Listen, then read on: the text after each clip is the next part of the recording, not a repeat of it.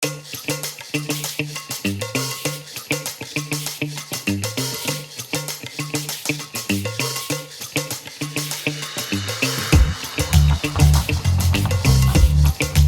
YouTube, selamat datang di channel Motomobi.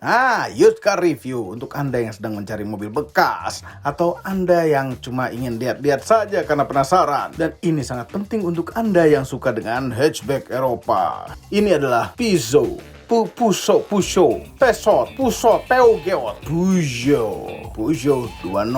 Sedikit sejarah tentang Peugeot 206. Leluhurnya adalah suatu makhluk yang bernama Peugeot 104 yang mulai diproduksi tahun 1972 sampai dengan 1978. Setelah tahun tersebut ada kekosongan hingga tahun 1983.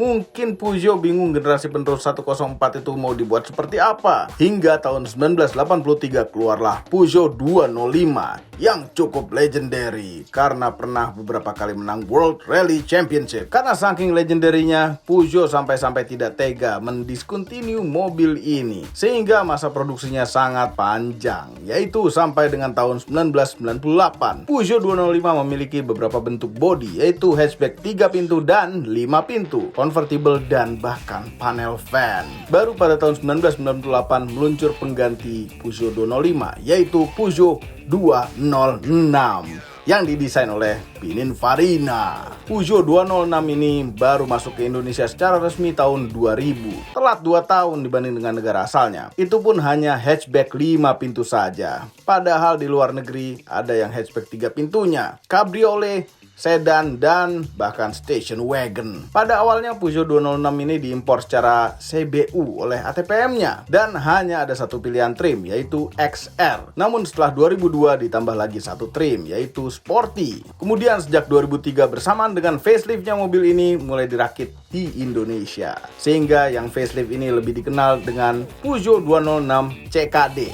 Pilihan trim setelah facelift tetap ada 2, yaitu XS dan Sporty. Seperti pendahulunya, generasi 206 ini juga beberapa kali ikut rally WRC dan dianugerahi beberapa penghargaan seperti The Most Beautiful Car of the Year tahun 98, Best Selling Car in Europe 2001 sampai dengan 2003, dan Rally Car of the Year tahun 2002. Namun penjualan 206 di Indonesia berhenti tahun 2006, walaupun di beberapa negara umurnya sangat panjang.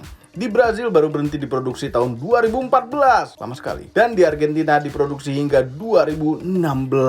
Luar biasa, mereka senang sekali dengan desainnya mungkin. Pada 2006 meluncur pengganti Peugeot 206, yaitu Peugeot 207 dengan dimensi yang sedikit lebih melar. Kemudian pada tahun 2012 ada generasi barunya lagi, yaitu Peugeot 208. Bentuk bodinya hanya hatchback 3 pintu dan 5 pintu. Tidak seperti pendahulunya yang lebih banyak variannya. Dan terakhir di tahun 2019 diluncurkan generasi baru lagi, tapi namanya tidak diganti, masih 208. Ya, jadi Peugeot 208 second generation atau versi 2. Mungkin biar hemat angka, nanti kehabisan. Dan pilihan bodinya sekarang tinggal satu saja, hanya ada hatchback 5 pintu. Dan sekarang bahkan ada pilihan yang bermesin listrik yang dinamakan Peugeot E208. Seperti biasa kami menghadirkan spesialis mobil bekas, yaitu Mamang Ican. Namun sebelum Anda bertemu dengan Mamang Ican, mohon hentikan sementara video ini dan tekan tombol jempol ke atas. Subscribe channel Motomobi apabila belum, berikut dengan tombol loncengnya sehingga kami bahagia. Ayo Mamang Ican. Asik review mobil rally 206 Peugeot. Pada tahun 2000-an dia tenar banget dipakai World Rally Championship sebagai mobil yang rally yang advance gitu ya. Nah, dia bawa-bawa aura dari rally walaupun dia mobil massal. Nih, ada air scoop-nya. Jadi air scoop-nya itu bukan mainan, ini asli yang mengarahkan langsung ke bagian mesin. Nah, supaya lebih dingin gitu mungkin. Dan di sini pertama kali keluar di Indonesia itu punya satu tipe dulu, XR. XR itu kayak gini. Jadi ada tambahan seperti ini, ada hitam-hitamnya, tapi keluar lagi tipe yang sportinya.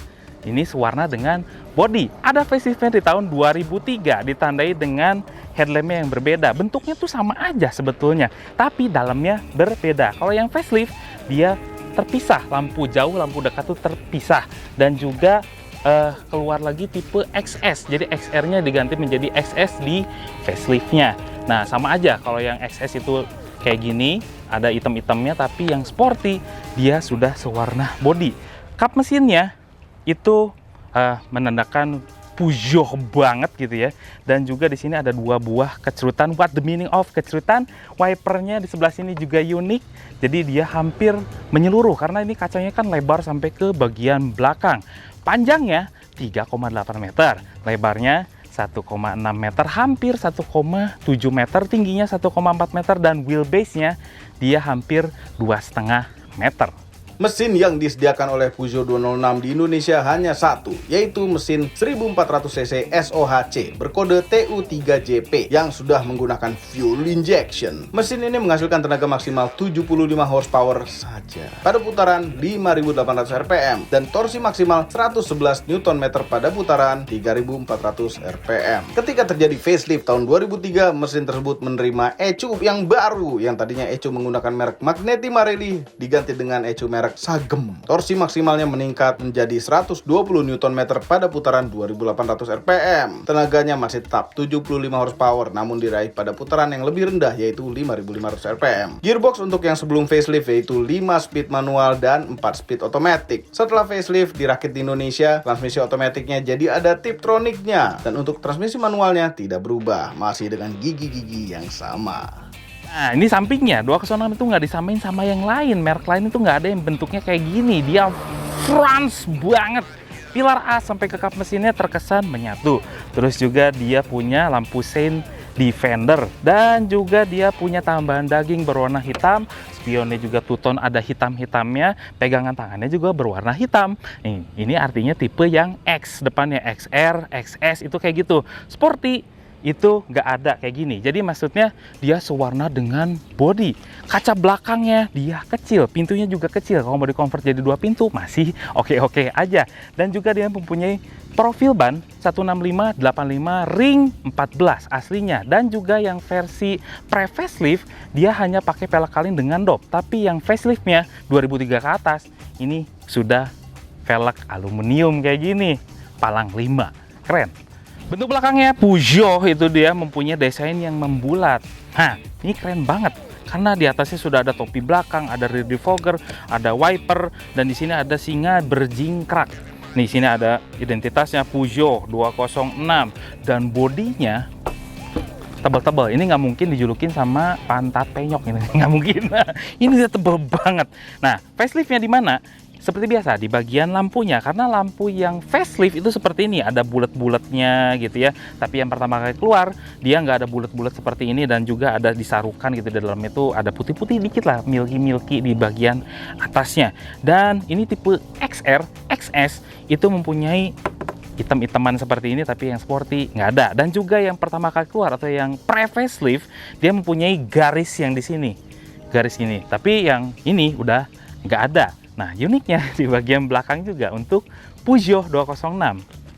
Tangki bensinnya pakai kunci, nggak bisa dibuka dari dalam kabin. Dan hebatnya, dicopot. Bisa dibawa-bawa, ya. Huhui. Kami bahas bagasinya. Untuk membuka bagasinya pakai tuas yang berada di balik garnish belakang ngumpet di situ. Dan itu sepertinya hidroliknya sudah mati. Lemah syahwat. Dan keluasan bagasinya seperti hatchback kebanyakan. Ini lumayan luas, namun tidak seluas sedan. Cukup dalam dan ada papan separatornya yang terkait ke pintu bagasi supaya barang-barang Anda tidak bisa diintip dari luar. Ada lampunya juga di sebelah kiri dan ada ban serepnya berada di luar, tidak berada di dalam, sehingga seperti mobil-mobil zaman dulu. Di row kedua, headroomnya itu pas-pasan untuk badan yang sebesar mamang-mamang itu, dan lututnya tersisa 2 jari saja di posisi nyetir dia. Cukup sempit. Dan di bawah tengah ada gundukan yang besar. Padahal ini front wheel drive. Mungkin jalur knalpot. Posisi duduknya tergolong agak tegak. Hanya tersedia 2 headrest dan pelipatan joknya 60-40. Lumayan. Dan itu power window tidak ditaruh di door trim, melainkan di konsol tengah. Untuk yang sebelum facelift tidak pakai power window belakangnya, di engkol. Di cockpitnya material dashboard memakai plastik keras, namun keras rigid dan punya nuansa bulat-bulat sporty. Headroomnya untuk di cockpit ini terasa luas dan posisi duduknya lumayan nyaman, paha tersangga dengan baik. Ada MID digital, namun sayang sekali di Indonesia kena spec down, hanya untuk jam digital dan frekuensi radio. Jadi ini head unitnya menyatu. Dan notifikasi pintu mana yang terbuka secara tertulis. Di dekat MID ada tombol hazard yang mirip dengan tombol cerdas cermat. Kemudian ada head unit CD radio, dan di bawahnya ada climate control model puter-puteran dan lengkap juga untuk kelasnya hingga mendapat semburan ke front defogger. Glove boxnya ini lumayan besar dan ini tutupnya bisa buat cup holder untuk makan-makan di mobil, untuk naruh teh botol mungkin. Tidak untuk dipakai sambil jalan, kalau nggak akan tumpah kemana-mana airnya. Di tengah-tengah bawah ada tempat penyimpanan terbuka, power socket, dan transmisi otomatis yang model G. Ada electric mirror juga dan ada power window. Jadi door trimnya ini bersih, tidak ada tombol apa-apa. Di plafon ada lampu kabin yang satu-satunya saja, hanya ada di depan, tidak ada di belakang. Belakang akan gelap-gelapan. Dan ada dua sun visor dengan vanity mirror masing-masing. Speedometernya ini cukup lengkap bernuansa analog. Namun ada yang aneh. Pada speedometernya, digit puluhannya itu ganjil, bukan genap. Heran. Ada dua tipe transmisi otomatis, yang belum Tiptronic seperti yang direview dan yang Tiptronic sudah memakai indikator digital. Dan ya, Peugeot 206 sudah ada single airbag di drivernya, jadi penumpangnya bisa mati kalau tabrakan.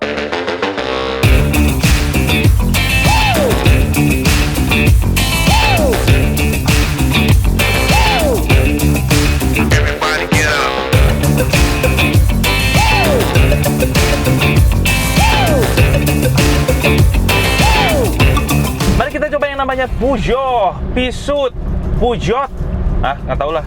Pokoknya itu 206, tipenya XR dan kilometernya 108.000. Ya lumayan rendah lah untuk tahun 2004. Nah, sekarang kita coba untuk visibilitasnya.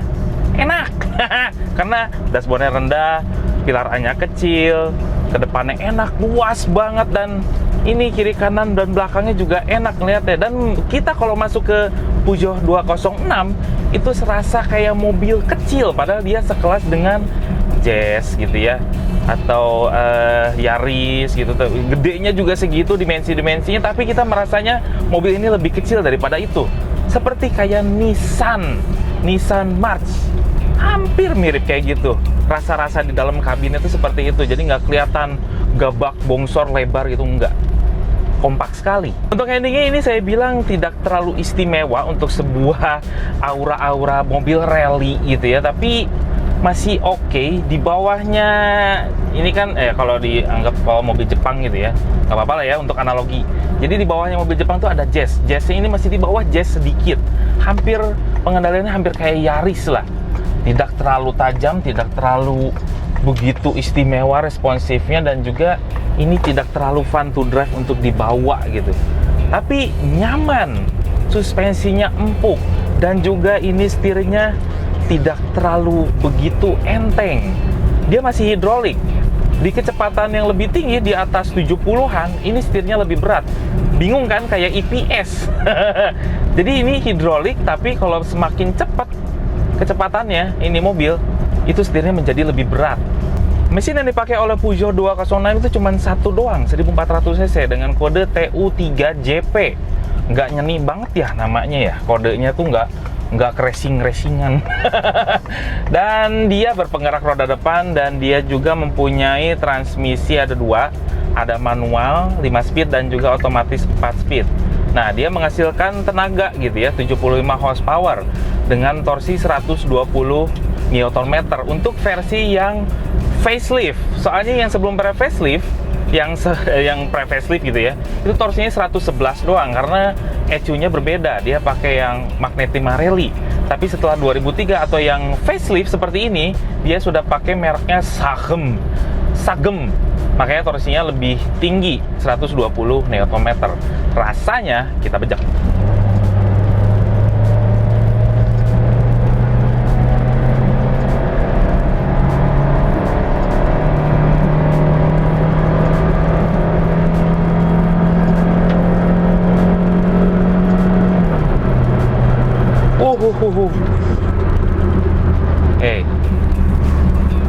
Dibilang underpower enggak, dibilang luar biasa akselerasinya enggak. Ini cocoknya memang buat city car untuk yang masalnya, padahal untuk versi yang rally-nya ngeri. Tapi yang ini cukupan aja, enggak. Dibilang underpower juga enggak, karena dia bisa ngebut. Dibilang akselerasinya luar biasa enggak. Dan memang agak-agak lemot di awal, tapi begitu di 3000 ke atas baru kerasa tenaganya. Itulah Peugeot 206.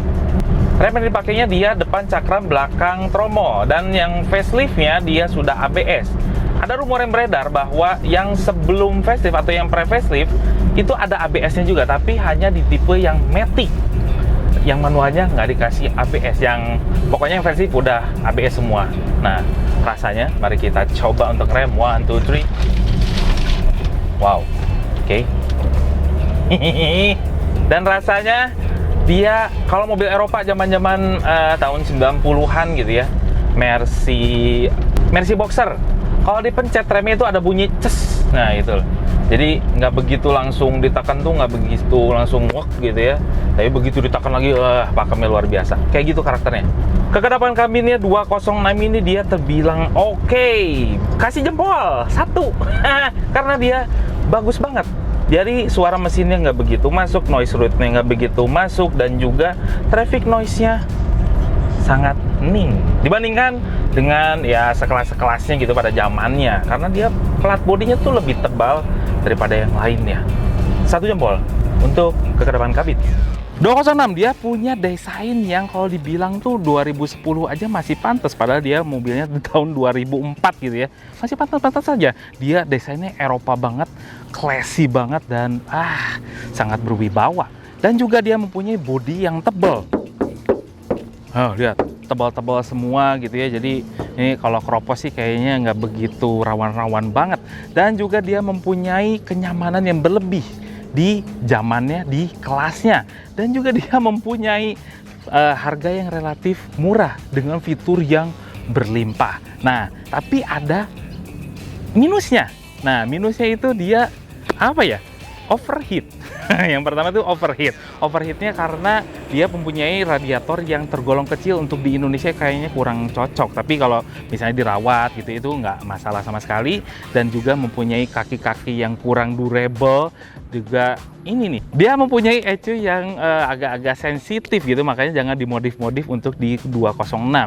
Nah, ECU-nya untuk yang Magneti Marelli atau yang dipakai di pre-facelift itu tergolong lebih durable, tapi yang facelift seperti ini dia pakai merek yang Sagem. Nah, itu agak-agak lebih sensitif daripada yang Magneti Marelli. Makanya jangan dimodif-modif lah kalau untuk 206. Dan pajaknya ini tergolong murah. Karena untuk di Indonesia, pajak setahun di daerah Bandung tahun 2004 seperti ini, itu hanya 950.000 saja. Nah, harganya nih, range harganya itu kira-kira sekitar 20 juta pun udah ada sekarang. Murah. Tapi kalau udah kondisi seperti ini tidak bisa dibayangkan harganya. Sekitar 70-an ke atas. Karena merawatnya juga Kami ingat rasa nyetirnya Peugeot 206 ini saat itu baru. Kami tidak suka. Kami tidak bisa menikmati nyetir Peugeot 206. Walaupun menurut kami bentuknya bagus, tapi nyetirnya itu agak kurang enjoy. Sangat underpower rasanya saat itu. Tidak bisa diajak buru-buru mobilnya padahal terlihat kencang. Intinya menurut kami ini mobil lebih enak dilihat dibanding dengan dipakai. Overall, mengenai Peugeot 206 merupakan mobil yang cocok apabila Anda butuh city car untuk sehari-hari. Yang harganya terjangkau tapi fitur-fiturnya lumayan komplit. Dan ingin yang desainnya tidak biasa, agak berbeda dari merek-merek Jepang dan tidak terlihat tua, walaupun sebetulnya sudah sangat tua. Dan ini juga cocok untuk Anda yang pertama kali mencoba mobil dari merek Eropa, namun ini Prancis. Karena jika dibandingkan dengan mobil-mobil Eropa yang sejamannya, Peugeot 206 ini termasuk tidak terlalu merepotkan dan tidak terlalu mahal perawatannya. Namun Anda tetap harus beradaptasi karena merawat seekor mobil merek Eropa ini, khususnya Prancis, tetap berbeda dengan merawat mobil Jepang. Seingat kami, 206 ini cukup rewel. Semua itu adalah opini pribadi saya dan mamang-mamang itu. Kami tim Motomobi tidak dibayar oleh siapapun dan apapun yang terlihat pada video ini. Jangan lupa tekan tombol jempol ke atas dan subscribe channel Motomobi, Omobi, dan Mes Mobi apabila belum, berikut dengan tombol loncengnya. Share video ini ke seluruh dunia melalui sosial media Anda dan jangan lupa follow sosial media kami yaitu Instagram. Dan cek juga channelnya si mamang-mamang itu, Aspros Auto. Terima kasih telah menonton.